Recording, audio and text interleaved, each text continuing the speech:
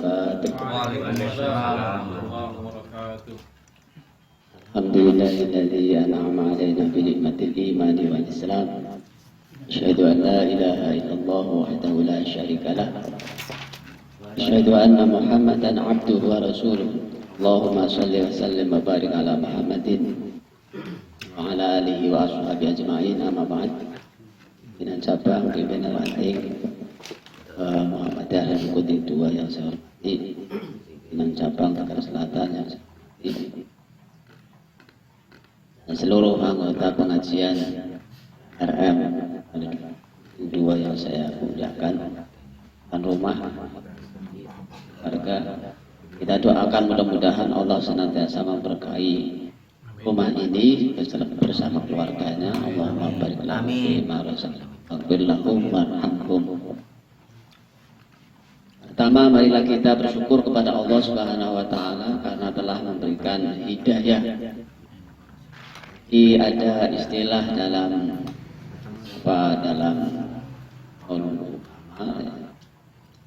man arafa nafsahu arafa rabbahu. Barang siapa yang kenal dirinya maka dia itu akan mengenal Allah, mengenal Rabbnya. Apa yang dimaksud dengan mengenal dirinya? Mengenal dirinya artinya dia menyadari bahwa selama ini kita itu menjadi orang yang bisa beraktivitas, bisa beribadah, bisa kemana saja ini karena dibantu oleh anggota badan kita. Contohnya, pernahkah kita itu memikirkan ataupun merasakan betapa besar jasa kaki kita? Kaki telah membawaku kemana saja. Apa yang aku inginkan engkau turuti. Masjid yang engkau turuti, ke pengajian engkau turuti, kemanapun engkau turuti. Ini sebagai mengenal diri. Jadi sehingga dengan kita itu berterima kasih kepada kaki kita masing-masing, nanti kita tingkatkan terima kasih kepada tangan kita, mata kita. Mata, engkau telah berjasa untuk mengantarku melihat Al-Quran, melihat tulisan sehingga saya bisa mengerti. Itu mengenal diri. Nah, nanti lanjutannya adalah setelah semua itu bisa terdeteksi akan nikmat-nikmat Allah yang ada pada diri kita, kita akan memuji Allah Subhanahu wa taala. Allah, terima kasih memberikan semuanya ini. Tanpa darimu maka tidak akan mungkin. La haula wala quwata illa billah. Itu kita bersyukur ini diawali dari kita itu berterima kasih kepada diri kita, jasad kita, anggota badan kita yang telah mengantarkan kita menuju kepada apa yang kita inginkan, terutama adalah untuk beribadah kepada Allah Subhanahu wa taala. Yang dimaksud dengan man arafa nafsahu arafa rabbah. Siapa yang kenal dirinya maka dia itu akan mengenal Allah, Rabbnya. Dan ini tidak mudah ya. Jadi harus dirasakan. Jadi syukur itu kan harus unsur. Pertama mengakui, merasakan nikmat itu, kehadiran akan nikmat yang ada pada diri kita. Yang kedua adalah mengucapkan dengan kalimatnya mungkin macam-macam ya, ada alhamdulillah minimal, alhamdulillah ala kulli hal, dalam keadaan apa saja. Atau kalau nikmatnya itu besar, alhamdulillahilladzi bi nikmatihi tatimmu sholihat. Dengan kalimat yang lain itu sebagai ungkapan lesan. Nah, kemudian dilanjutkan dengan syukur secara anggota badan. Artinya setelah kita diberi kesehatan oleh Allah, gunakan badan ini untuk mendekatkan diri kepada Allah melalui perintahnya. Nah, makanya kita bersyukur kepada Allah Subhanahu wa taala pada malam hari ini. Kita berterima kasih kepada kaki kita yang telah membawa kepada yang mulia ini.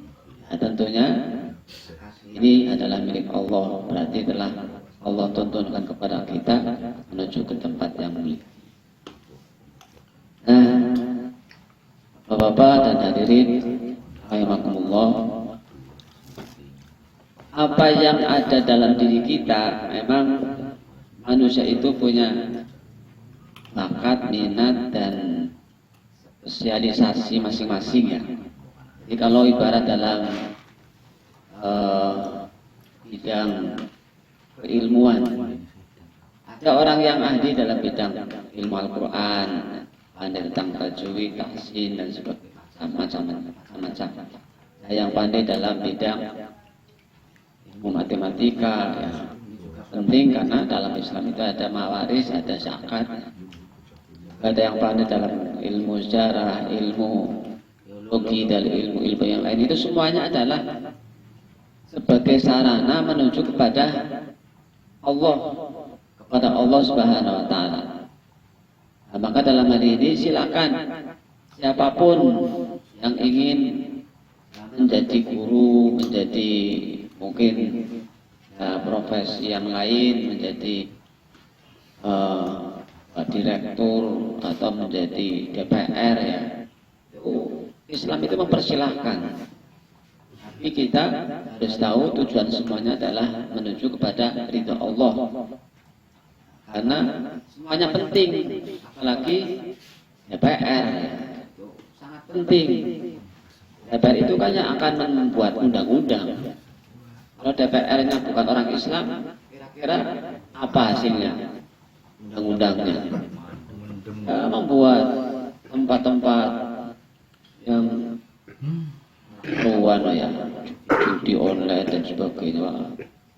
Nah, maka ini mengapa Indonesia itu sekarang rusak itu ya karena sudah 80% itu DPR kita itu bukan orang Islam yang tadi ya, orang Islam yang sungguh-sungguh orang Islam, tapi orang Islam yang Islam abangan, ada Islam KTP ya.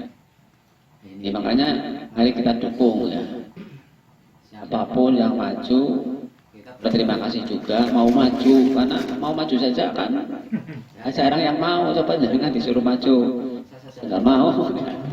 Jadi kalau ada orang maju kita itu harus terima kasih. Wah itu belum maju, berarti mari kita dukung ya, nggak usah mikir yang lain-lain ya, masalah ini dan itu nyalon ke orang ngerti ya, itu sudah zaman lewat ya. Kita yang penting masa depan Islam itu harus menguasai publik. Tuh apa tujuan kita? Karena selama ini Islam itu sebagai nonton apa ya, ya sebagai konsumsi saja, dimanfaatkan oleh orang-orang yang tidak objek. jadi objek bukan subjek ya. Nah, jadi kalau kita perhatikan apa yang dalam sejarah Rasulullah bersama sahabat-sahabatnya, memang di situ antara sahabat yang satu dengan sahabat yang lain itu beda-beda profesinya. Kalau kita melihat dari ringkasan apa yang telah disampaikan oleh Rasulullah, karena Rasulullah itu menyampaikan kepada sahabatnya, hubbiba ilayya min dunyakum salasun. Saya mencintai sebagaimana yang engkau cintai dalam duniamu, 3 hal. At-thayyibu wa nisa'u wa ju'ilat qurratu aini li fis shalah. Jadi pertama yang aku cintai ini dalam hidup ini adalah wangian atau minyak wangi. Jadi itu senang minyak wangi. Kita kira-kira gimana ya, tidak harus sama ya, tapi karena Rasul ya harusnya kita ikuti. Tapi kalau memang tidak mampu ya nggak apa-apa. Yang kedua adalah Rasulullah suka kepada istri yang soleha.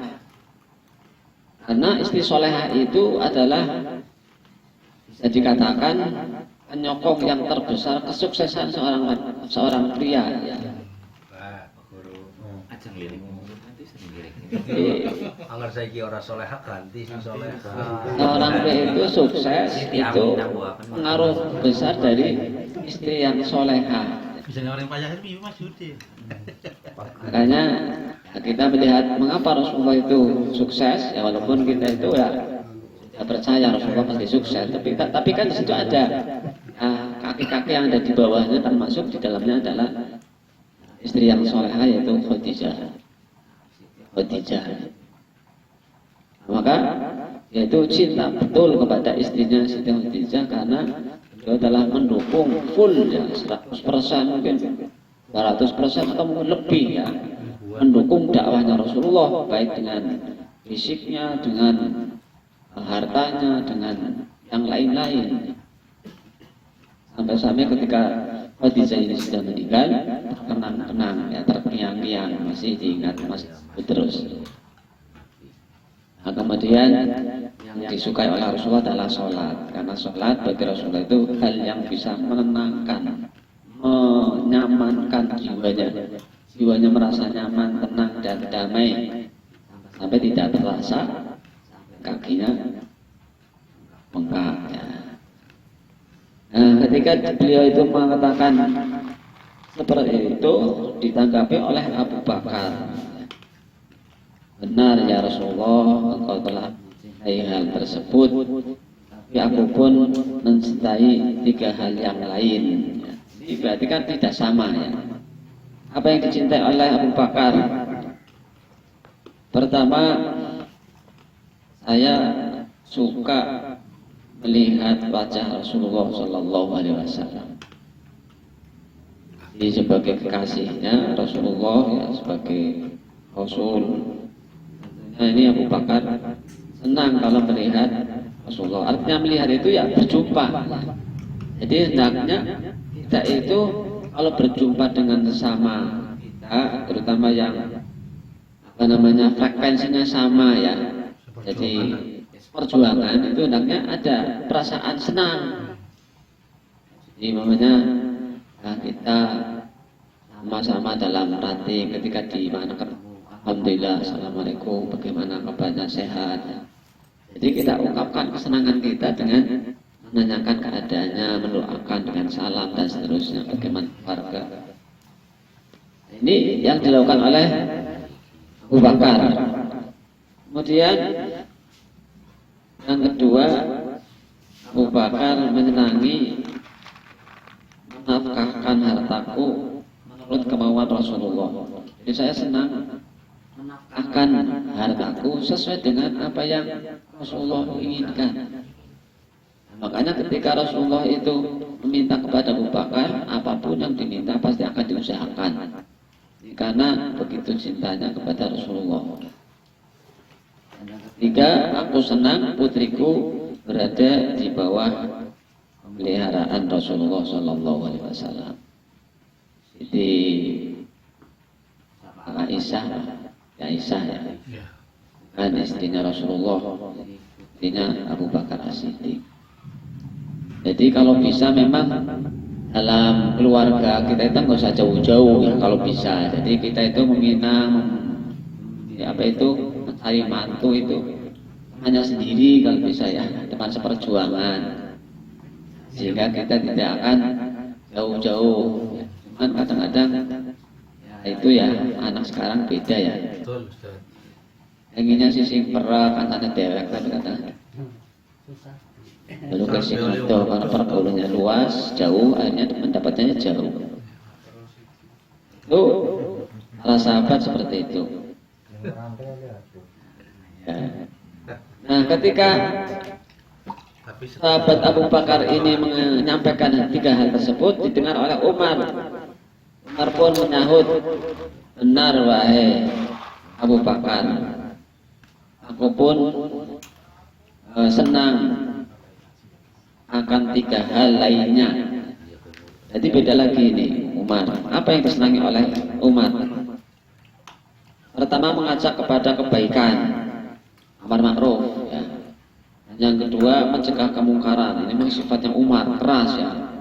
Dia itu semangat kalau ada amar ma'ruf nahi mungkar. Orangnya tegas, berani ya, dan kuat. Tapi di sisi lain dia itu senang berpakaian yang sederhana, jadi zuhud dalam hal dunia. Nah, karena di sini biar tidak ada sifat sombong, ya, takabur. Jadi di samping dia itu senang amar ma'ruf nahi munkar, tapi begitu biasanya kan kalau berhasil orang itu akan membanggakan diri. Wah, ini kalau bukan saya tidak akan berhasil. Untuk menepis dari kesombongan, yaitu dalam berpakaian itu sangat sederhana. Cetakan jadi khalifah saja, pakaiannya masih tambalan. Kira ada apa enggak gubernur atau saja yang pakaiannya tambalan. Ya. Umar bin Khattab, Utsman, ya pun menyaut, benar wahai aku Umar, aku pun mempunyai 3 hal yang lainnya. Apa kesenangannya Utsman bin Affan? Saya suka mengenyangkan orang yang kelaparan. Suka mengenyangkan orang yang kelaparan. Suatu saat ini dalam keadaan acaklik. Kemudian sebagai pengusaha, sahabat Utsman pulangkan maring saat dengan 1000 onta ya. Ketika sampai di Madinah, banyak tengkulak, para pakul-pakul pada nawar, Utsman mau dijual berapa itu? Ya, onta dengan isinya ada korma, ada gandum, ada minyak, apa namanya, banyaklah ya. Kamu mau menaruh berapa? Ya, saya menawar 3 dirham, ada yang 4 dirham, maksimal 5 dirham. Ada lagi yang menawar lebih dari itu? Tidak ada. Kalau nggak ada, akan saya jual kepada yang lebih banyak lagi. Itu kepada Allah disedekahkan semuanya. Karena Allah akan berjanji melipat gandakan 10 kali lipat. Itu sesuatu yang kalau zaman sekarang kira-kira ada apa enggak ya? Dalam hal membantu Palestina, peduli Palestina ya. Yang bisa seperti Utsman zaman sekarang apa enggak? Belum pernah ya. Ya, tidak jadi dijual tapi disedekahkan ke masyarakat Madinah saat itu yang sedang kelaparan. Nah, ini saya sekali lagi ini cerita tentang sahabat, ternyata profesinya, keahliannya itu beda. Ya, dan yang terakhir Utsman itu mencintai Al-Quran. Jadi di beliau itu suka membaca Al-Quran, sehari-hari dia itu membaca Al-Quran. Nah, mungkin yang sekarang dilakukan oleh orang-orang Palestina ya, di Jalur Gaza itu ya, itu hari-harinya itu kan yang dibolak-balik dipegangnya adalah Al-Quran. Ya banyak. Jadi orang-orang Gaza itu di sana cita-citanya kira-kira yang paling tinggi apa? Ditanya siapa yang ingin jadi dokter, kalau di Indonesia kan kalau sekolah ditanya seperti itu ya. Siapa yang ingin jadi dokter? Ngaco. Siapa yang ingin jadi presiden? Di sana itu ya, kalau ditanya seperti itu ya paling 1, 2 dengan malu-malu. Tapi begitu apa yang ingin jadi mujahid ya semuanya ngaco. Jadi ternyata cita-cita mujahid adalah nomor 1 di Palestina. Yang kedua cita-citanya adalah hafal Al-Quran. Mungkin banyak di antara mereka itu keturunan dari Utsman yang suka terhadap Al-Quran. Makanya ini pelajaran bagi kita untuk kita kira-kira apa ya yang kita bisa andalkan untuk dakwah, untuk perjuangan di masyarakat, di persyarikatan itu untuk umat. Nah, sahabat Ali beda lagi. Sahabat Ali menyampaikan bahwa saya pun menyukai 3 hal yang lainnya. Pertama adalah melayani tamu. Ya, orang ada yang suka melayani tamu, kalau ada tamu senang ya. Itu Ini dia nari sahabat Ali nyalon dan dia menang dan kembali tamu sih. Jadi sering tamu dari mana saja silakan masuk ya. Dijauh sebelah kambing. Terus yang kedua adalah saya suka berpuasa pada musim panas. Wah ini ternyata yang disukai oleh sahabat ini yang tantangan-tantangan. Berpuasa di saat panas. Mungkin yang sudah pernah di Saudi sana ya, panasnya sana. Kalau dulu kan mungkin belum ada AC ya Pak Jia. Kira-kira kalau nggak ada AC di sana, ya, itu hari-hari biasa saja kan. Kungkum. Apalagi dalam suatu saat panas ya.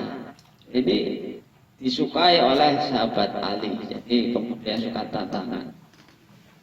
Dan yang ketiga ini luar biasa lagi, yaitu senang memukul musuh dengan pedangnya. Senang memukul musuh dengan pedangnya, berarti kan senang perang ya. Senang perang. Ini kira-kira ada apa enggak pemuda sekarang? Ini ya, kalau di Palestina insya Allah banyak.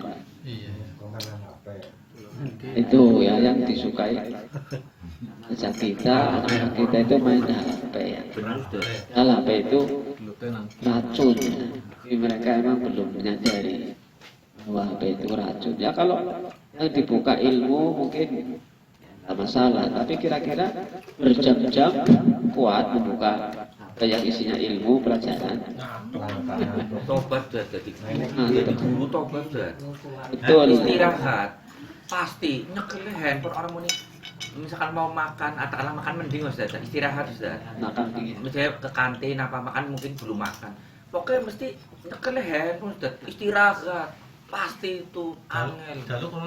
Di sekolah memang ketentuannya. Nah di SMA diperbolehkan sih ya. Boleh bawa handphone sih. Ujian beli HP. Dan pakainya HP ya. Ini Masya Allah ya. Ini Yang menterinya itu Boleh. Soalnya enggak untuk kegiatan kayak pembelajaran juga sih. Tapi kan waktunya istirahat ya gitu. ya. Jadi sudah banyak yang betul ya. Sanduan narkoba dan ini kita kalau tidak hati-hati nanti 10 tahun yang akan datang, waduh kita gimana ya, itu bayangkan.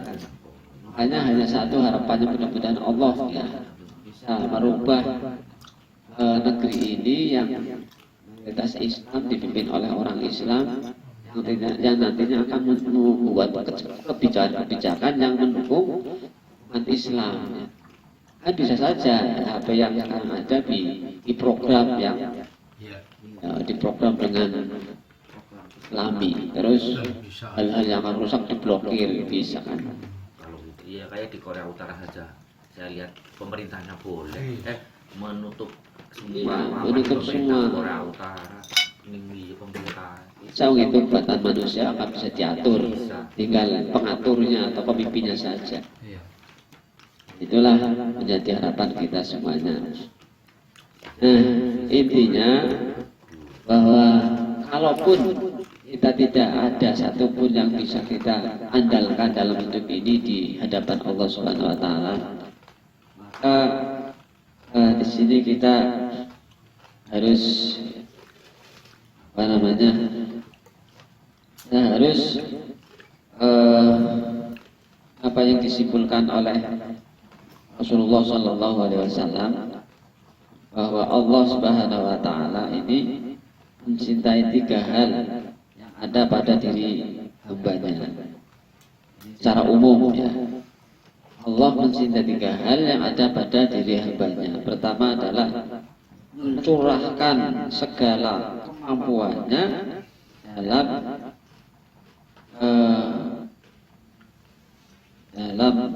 berzikir kepada Allah, berbakti ya. Mencurahkan segala kemampuannya dalam berbakti kepada Allah, itu yang Allah sukai pertama.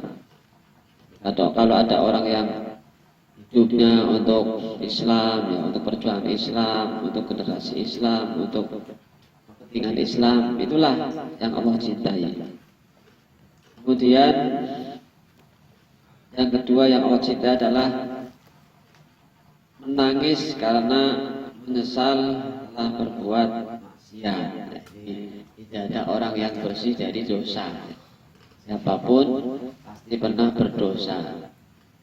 Tidak usah diceritakan, semuanya itu punya pengalaman pribadi-pribadi, pasti menyesal. Maka kalau bisa kita menangis di hadapan Allah di saat kita sendirian hanya kepada Allah, hanya dengan Allah Subhanahu wa ta'ala saja di saat malam itu. Kemudian yang ketiga, Allah sangat suka kepada orang yang sabar ketika mengalami kefakiran. Sabar ketika fakir. Fakir itu apa ya? Jadi fakir di sini secara umum ya fakir, tidak punya harta ya. Tapi sebetulnya fakir yang lain juga ada ya, fakir ilmunya sedikit ya. Fakir amal solehnya sedikit ya. Nah, ini ya kita itu harus sabar walaupun tadi ya Allah pengen maca Quran, apalagi pengen hafal ya bisa, maca Quran dua bisa ya. Tapi asalkan dia itu sabar terus saja membaca walaupun belakang-belakang istilahnya ya. Tapi dia itu terus berusaha, maka itulah hal yang dicintai oleh Allah Subhanahu wa ta'ala. Jadi yang dihargai di sini adalah usahanya, sabarannya, bukan hasilnya. Ya Allah itu dalam hal ini menguji kesabaran kita. Semua itu diuji dengan kesabaran. Inilah sebagai motivasi kita. Kemudian selanjutnya kita bahas HPT. Jam berapa nih? 10, masih lama ya. Hari ini sampai kepada hukum orang yang mengimankan kenabian sudah Nabi Muhammad SAW. Jadi dalam bab ini tidak ada nabi setelah Nabi Muhammad SAW. Banyak dalil maka Muhammadun abadin min rijalikum walaki Rasulullah wa khataman nabiyyin. Jadi Rasulullah Nabi Muhammad adalah khataman nabiyyin, nabi yang paling akhir. Ada orang Islam yang menganggap ada nabi lagi setelah Nabi Muhammad. Ya, contohnya Panji Gumilang. Termasuk Ahmadiyah itu mengakui bahwa Mirza Ghulam Ahmad itu ya Rasul. Jadi Ahmadiyah itu mengakui memaknai Rasul itu adalah utusan Allah.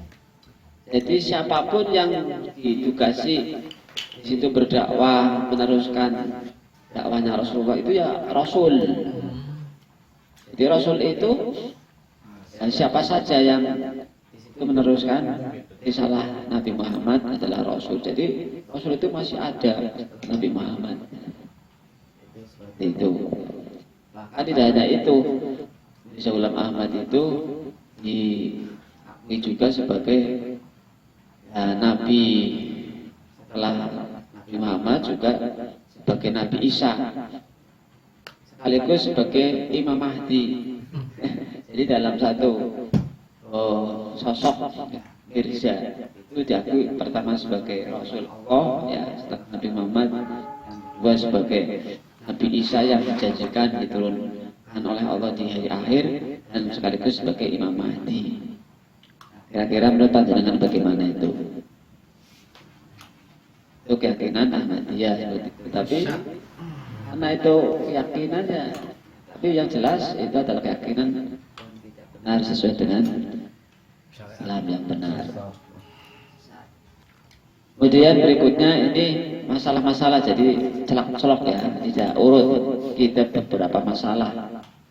Hukum gambar. Jadi kalau dalam rumah itu ada gambar, kalau gambar pemandangan tidak apa-apa ya. Kasih itu gambar foto. Ya.